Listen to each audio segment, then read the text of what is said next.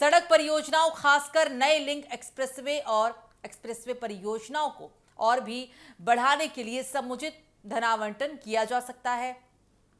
राज्य मार्गों के लिए भी बड़ी धनराशि आवंटित किए जाने की संभावना है।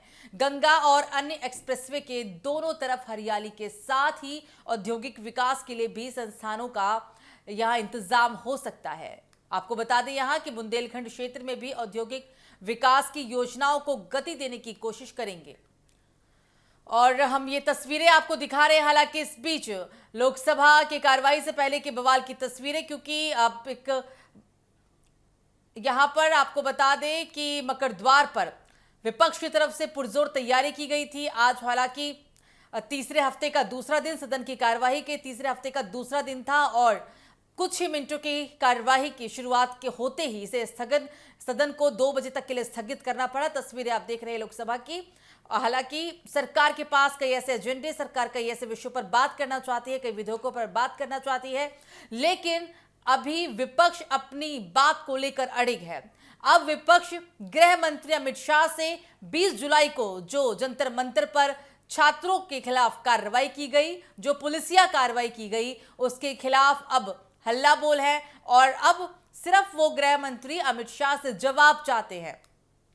तो वहीं दूसरी तरफ सरकार की तरफ से भी कई तैयारियां की गई थी। सरकार चाहती है कि देश हित के लिए, लोकहित के लिए कई फैसले लिए जा सके, कई विधेयकों पर चर्चा हो और उसे, क्योंकि जैसे कि जब सदन की कार्यवाही की शुरुआत होनी थी तो उस समय महिला आरक्षण को लेकर जोर शोर से दावा किया गया था कि इस बार की कार्यवाही के दौरान इसे पास करा लिया जाएगा।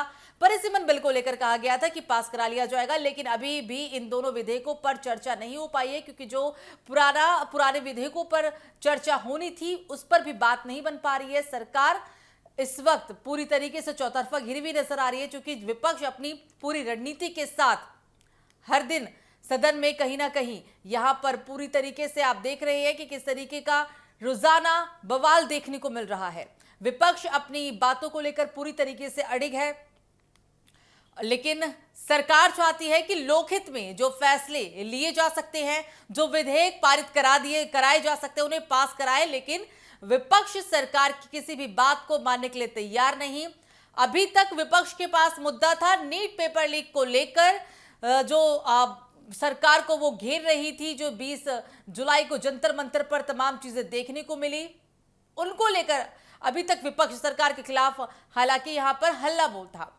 पूरा ये मामला शांत हो चुका है, तो अब विपक्ष गृह मंत्री के जवाब की बात पर अड़ा हुआ है। उनका कहना है कि गृह मंत्री सामने आए और जवाब दे कि 20 जुलाई को जो जंतर मंतर पर पुलिस की तरफ से कार्रवाई की गई, जो वीडियो सोशल मीडिया पर वायरल हुए, जिन छात्रों को काफी गंभीर चोटें आई, उन सब चीजों को लेकर कि कार्रवाई किसके कहने पर की गई थी, विपक्ष इस बात पर अड़िग है। तो दूसरी तरफ राम मंदिर चढ़ावा चोरी को लेकर भी बवाल लगातार बढ़ रहा है।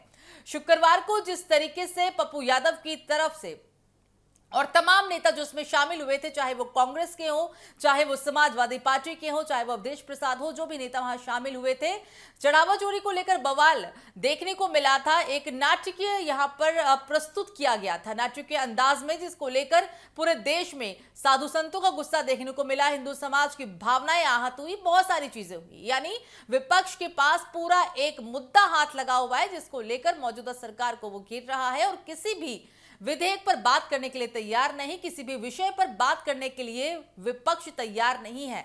हम आपको ये तस्वीरें दिखा रहे हैं सदन के बाहर की। आज 10:30 बजे भी मकर द्वार पर विपक्ष की तरफ से मौजूदा सरकार को घेरने का काम किया गया। लगातार नाराजगी देखी जा रही है और विपक्ष किसी भी बात को सुनने के लिए तैयार नहीं है। अब विपक्ष की नई मांग है कि वो गृह मंत्री से जवाब चाहते हैं। पुलिस या कार्रवाई को लेकर किसके कहने पर कार्रवाई हुई। हालांकि अभी तक जो एंटी पेपर लीक को लेकर जो बवाल देखने को मिला था, पूरी उम्मीद थी कि जब ये बवाल पूरा अगर ये बिल पास हो जाता है, कानून का रूप ले लेता है, तो कहीं ना कहीं ये मामला शांत हो जाएगा, लेकिन ऐसा नहीं हुआ। अब ये मामला लगातार बढ़ रहा है और अब सिर्फ विपक्ष की तरफ से ही तमाम तरह की चीजें देखने को मिल रही है। चलिए अब आपको खबरों में आगे बढ़ेंगे और अगली अहम खबर की ओर हम चलते हैं। यहाँ NSUI की तरफ से